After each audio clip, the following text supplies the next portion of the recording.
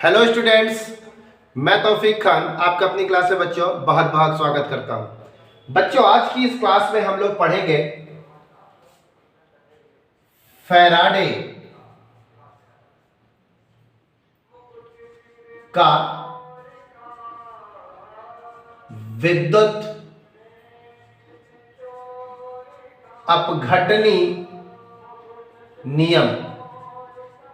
विद्युत अपघटन का नियम भी बोल सकते हैं, फैराडे का विद्युत अपघटन का नियम भी कह सकते हैं, विद्युत अपघटनी नियम भी कह सकते हैं बच्चों। ठीक है, तो बच्चों इस विद्युत अपघटन के नियम को फैराडे ने दिया था और वो नियम दो प्रकार का था, जिसमें मैं पहला नियम आपको बताता हूं।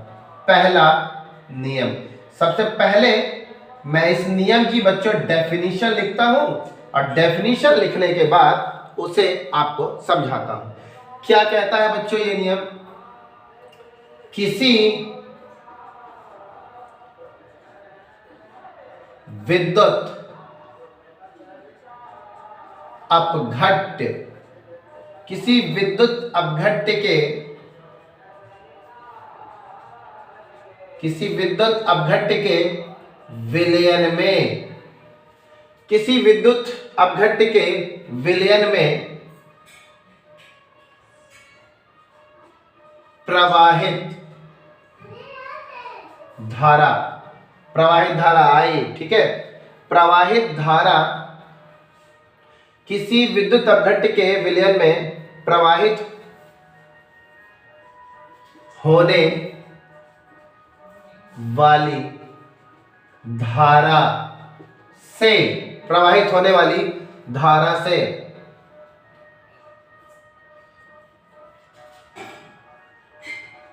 इलेक्ट्रोडों पर मुक्त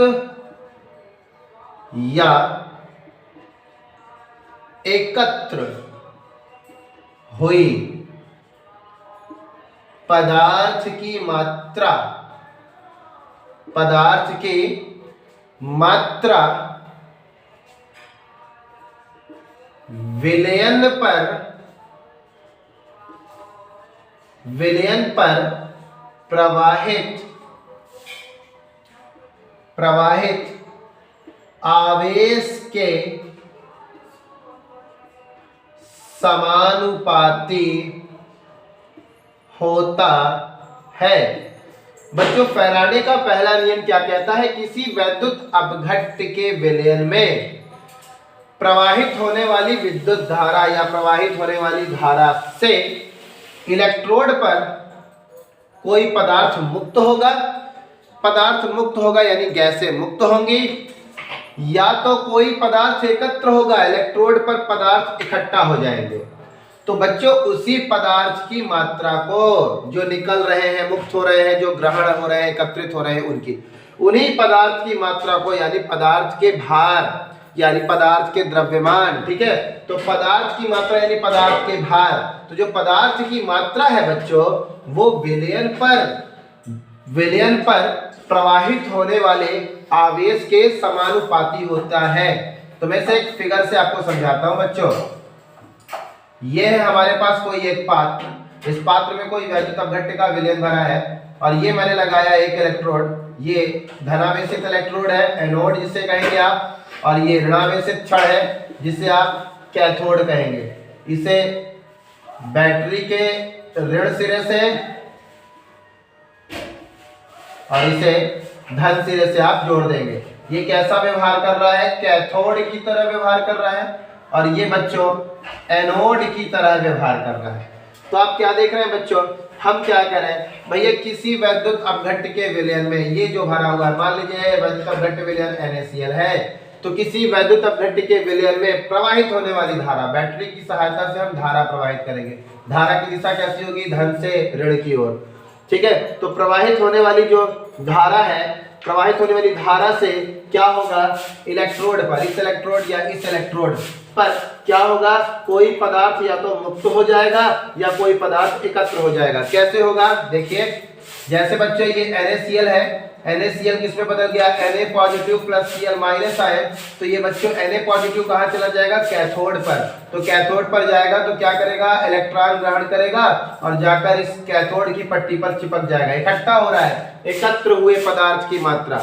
इसके बाद फिर से देखें, हमारे पास दूसरा क्या बन रहा है, आयन क्लोरीन, ये ऋणायन है, ये कहाँ चला जाएगा, एनोड की ओर चला जाएगा। तो ये एनोड पर जाएगा तो इलेक्ट्रॉन को क्या करेगा, निकाल देगा। ठीक है ना बच्चों। तो ठीक है ना बच्चों, आप क्या देख रहे हैं, ये क्लोरीन बना और ये क्लोरीन किसी दूसरे मुक्त मूलक के क्लोरीन के साथ क्रिया करके Cl2 गैस में बदल गया। तो Cl2 गैस एनोड से मुक्त हो रही है, तो पता चल गया मुक्त क्या है और एकत्र क्या है। तो ठीक है बच्चों, क्या कह रहा है, किसी वैद्युत, अब देखेंगे फाइनल, किसी वैद्युत अपघट्ट के विलयन में कोई विद्युत धारा जब हम प्रवाहित करते हैं तो इलेक्ट्रोड पर मुक्त हुए या एकत्र हुए पदार्थ की जो मात्रा है इस विलयन में प्रवाहित होने वाले आवेश यानी कि Q के समानुपाती होगा। संकेत से कैसे प्रदर्शित करेंगे, पदार्थ की मात्रा को बच्चों दर्शाएंगे W से। समानुपाती का चिन्ह ये किसके समानुपाती है बच्चों, आवेश के। तो यहां पर हमने लिखा Q। जैसा कि बच्चों हमें पता है Q बराबर होता है IT, आवेश बराबर धारा इंटू समय, आप ये जानते हैं। तो Q की जगह पर हम मान रख सकते हैं W proportional I into T, जहां पर यदि हम W प्रोपोर्शनल का सिंबल हटाएं तो Z आ जाएगा, ZIT। बच्चों जहां पर Z जो है विद्युत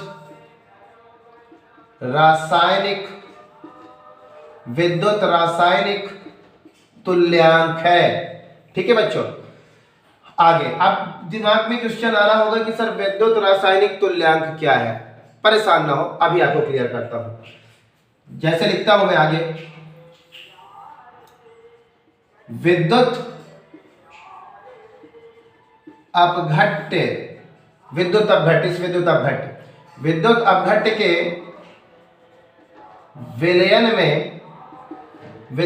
के विलयन में यदि प्रवाहित आवेश 1 कूलाम का है तो यानी आवेश की मात्रा कितनी, तो आप बोलेंगे 1 कूलाम। तो Q की जगह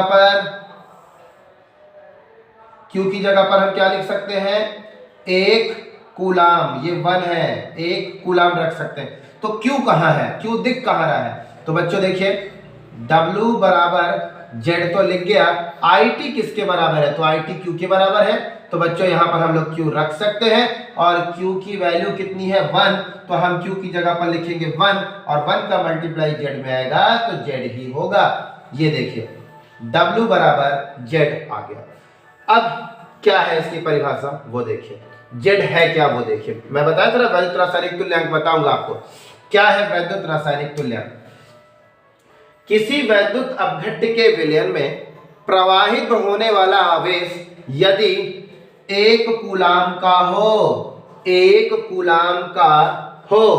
तो इलेक्ट्रोड पर मुक्त होने वाली या एकत्र होने वाली पदार्थ की मात्रा यानी W, पदार्थ की मात्रा को ही हम लोग विद्युत रासायनिक तुल्यांक कहते हैं। बच्चों देखिए W किसके बराबर है, Z के बराबर है। W है क्या, तो बच्चों W पदार्थ की मात्रा है जो इलेक्ट्रोड पर या तो एकत्र हो रही है या तो मुक्त हो रही है। तो इलेक्ट्रोड पर मुक्त हो रही पदार्थ की मात्रा या मुक्त हो रही या तो एकत्र हो रही जो पदार्थ की मात्रा है जो W है, वही क्या कहलाता है, वैद्युत रासायनिक तुल्यांक कहलाता है। ये था बच्चों फैराडे का पहला नियम। इसके बाद अब हम लोग दूसरा नियम देखेंगे। तो चलते हैं अब हम लोग दूसरे नियम की ओर। बच्चों दूसरा नियम क्या है फैराडे का, ये एग्जाम के दृष्टिकोण से बच्चों फैराडे का नियम बहुत इंपॉर्टेंट है। आप फैराडे के नियम को बहुत ढंग से और मन लगाकर पढ़ें, ये बहुत इंपॉर्टेंट टॉपिक चल रहा है। ठीक है, तो फैराडे ने एक और नियम दिया, इसे मैं लिख सकता हूं द्वितीय नियम। किसका, फैराडे का द्वितीय नियम। बच्चों मैं इस नियम को आपको एक्सप्लेन कर रहा हूं। ठीक है, देखिए द्वितीय नियम को समझाने के लिए बच्चों मान लीजिए हमारे पास कोई दो पात्र हैं, ये देखिए एक ये दो पात्र हमने ले लिया। बेटा इस पात्र पर एक इलेक्ट्रोड ये लगाया, एक इलेक्ट्रोड ये लगाया, ये माइनस की तरह है और ये प्लस की तरह। दूसरा ये प्लस यानी एनोड, ये माइनस यानी कि कैथोड। बैटरी के सेल से हम लोगों ने इसे जोड़ दिया, ठीक है। चलिए इसके अंदर क्या भरा है बच्चों? वैद्युत अपघट्ट का विलयन भरा है। मैं अभी दूसरा नियम एक्सप्लेन कर रहा हूं। बेटा मान लीजिए हमारे पास कोई दो पात्र है, पात्र ए और पात्र बी। पात्र ए तथा पात्र बी में विद्युत अपघट्ट अलग अलग हो सकता है। हो सकता है NaCl हो सकता है कॉपर सल्फेट हो। विद्युत अपघट्ट तो अलग अलग हो, चल जाएगा, लेकिन इन पात्र में समान विद्युत धारा ही प्रवाहित होनी चाहिए। ये शर्त है कि भले आप इसमें विद्युत अपघट्ट अलग अलग रख दो, लेकिन प्रवाहित होने वाली जो धारा है, जो धारा उसमें बच्चों प्रवाहित होगी, वो दोनों पात्र के लिए समान होनी चाहिए। तो क्या है द्वितीय नियम? देखिए मैं लिख रहा हूं कि विभिन्न विभिन्न, ठीक है, विभिन्न वैद्युत अपघट्ट, विभिन्न वैद्युत अपघट्ट के विलयनों में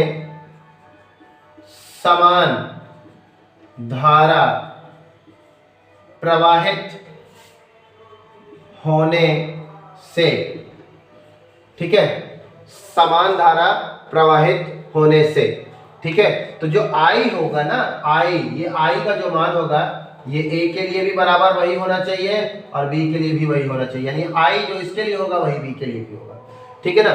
तो कह रहा है विभिन्न वैद्युत अपघट्ट, विभिन्न का मतलब कई वैद्युत अपघट्ट का विलयन, A, B, C और भी हो सकता है।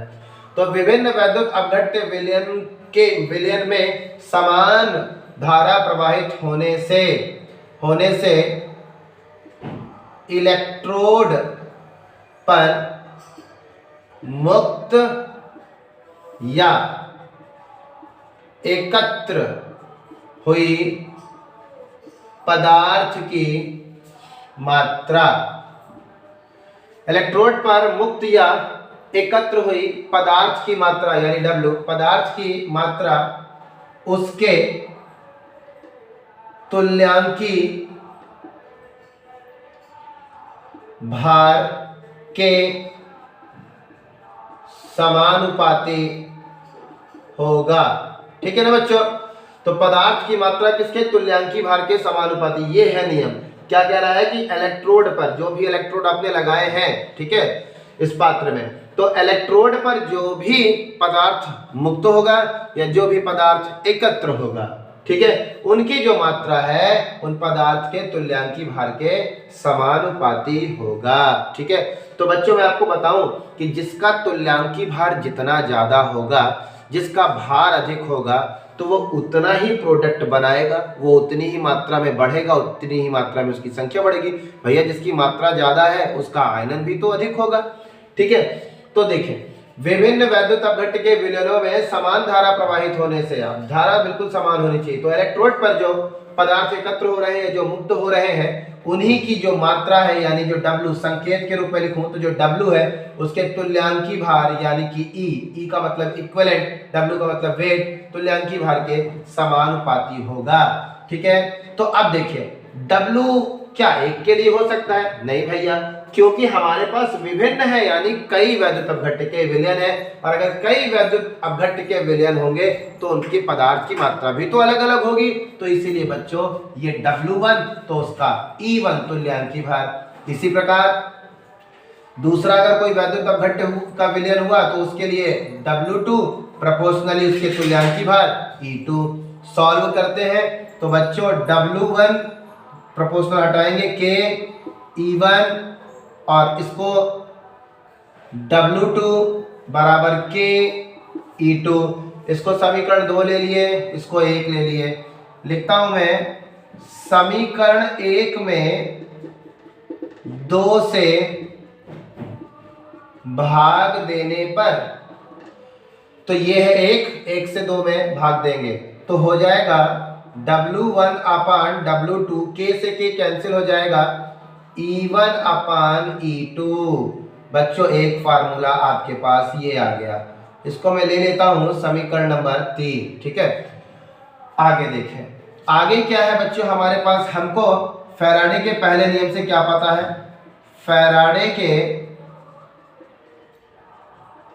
प्रथम नियम से क्या है, W is equal to ZIT, यही है ना। तो बच्चों W की जगह पर ये W1 यहाँ पर, तो जब W का मान हम ZIT रखेंगे तो यहाँ पर W1 की जगह ये जो, अब W की जगह पर हम क्या रख सकते हैं, ZIT, चूंकि 1 है तो Z के नीचे 1 लगा देंगे। इसी प्रकार W की जगह, ये वाले W की जगह पर ZIT रख सकते हैं। तो अब Z के नीचे क्या लिखेंगे, 2। तो देखिए कैसे लिख रहा हूं मैं, ZIT, ये Z1 हो जाएगा W1 के लिए, फिर ZI2, ये W2 के लिए हो जाएगा Z2, जो बराबर है E1 अपान E2 के। तो बच्चों ये जो I और T है ना, ये दे रहा है कि समान समय पर समान धारा, समान समय में समान धारा यानी प्रवाहित हो रही है।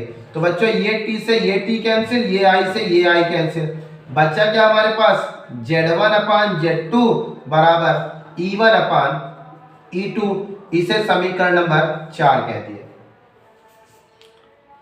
ठीक है, तो देखिए अब आगे इसी कड़ी को आगे बढ़ाएंगे। हाँ बच्चों, अब क्या देख रहे हैं आप, यहाँ पर हम देख रहे हैं कि हमारे पास समीकरण 3 में E1 अपान E2 W1 अपान W2 के हैं, और वहीं पर समीकरण 4 में E1 अपान E2 Z1 अपान Z2 के भी है। इसका मतलब क्या है, इसका मतलब है W1 अपान W2 बराबर है E1 अपान E2 के, और E1 अपान E2 बराबर है Z1 अपान Z2 के, Z1 अपान Z2। बच्चों देखिए फिर से एक इक्वेशन हमारे पास ये भी आया। ठीक है, अब आगे बढ़ते हैं। आगे क्या देख रहे हैं बच्चों, हम अगर तुलना करें तो ये E जो है ये Z के बिल्कुल सीधा समानुपाती है। तो हम क्या देख रहे हैं, E डायरेक्टली प्रोपोर्शनल किसके है, Z के। इसका मतलब Z क्या है, Z यहाँ पर वैद्युत रासायनिक तुल्यांक है, और E हमारे पास क्या है, तो E इक्विवेलेंट मास है। E क्या है, इक्विवेलेंट मास है। तो इससे हम क्या देख रहे हैं, फैराडे के द्वितीय नियम पर हमने एक पॉइंट क्या प्राप्त किया कि जो पदार्थ का तुल्यांकी भार होगा वो वैद्युत रासायनिक तुल्यांक के समानुपाती है। अगर इस समानुपाती चिन्ह का सिंबल हटाएं बच्चों, तो E बराबर F इंटू Z हो जाएगा, जहां पर F बराबर फैराडे नियतांक है, फैराडे नियतांक है। एक फैराडे नियतांक बराबर होता है 96,500 कूलाम के। याद रखेंगे, एक फैराडे नियतांक का मान है 96,500 कूलाम। एक फैराडे बराबर कितना होता है, एक फैराडे बराबर 1 मोल इलेक्ट्रॉन आवेश होता है बच्चों।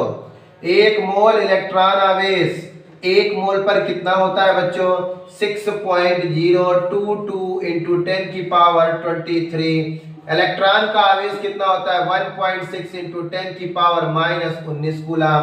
बेटा इसको इससे मल्टीप्लाई करेंगे तो इसको इसके साथ मल्टीप्लाई करने पर आएगा 9.6352, और ये बेस क्या है हमारी, समान है, पावर ऐड हो जाएंगी। तो ऐड पर ये वाले माइनस का मल्टीप्लाई होगा तो माइनस हो जाएगा, तो इनटू में हम लिखेंगे 10 की घात 4। तो बेटा 10 की घात 4 है, यानी 10 4 बार है, तो एक बार मल्टीप्लाई होगा तो दशमलव यहाँ आएगा, फिर एक बार आएगा तो दशमलव यहाँ यहाँ यहाँ, इस प्रकार 4 बार मल्टीप्लाई करेंगे तो दशमलव यहाँ पर आ जाएगा। तो इसका मतलब हमारे पास वैल्यू आई 96,352 कूलाम। ठीक है, जो लगभग बराबर है किसके, 96,500 कूलाम के। तो ये था फैराडे का दूसरा नियम बच्चों। उम्मीद है आपको मेरी ये क्लास समझ में आई होगी। धन्यवाद।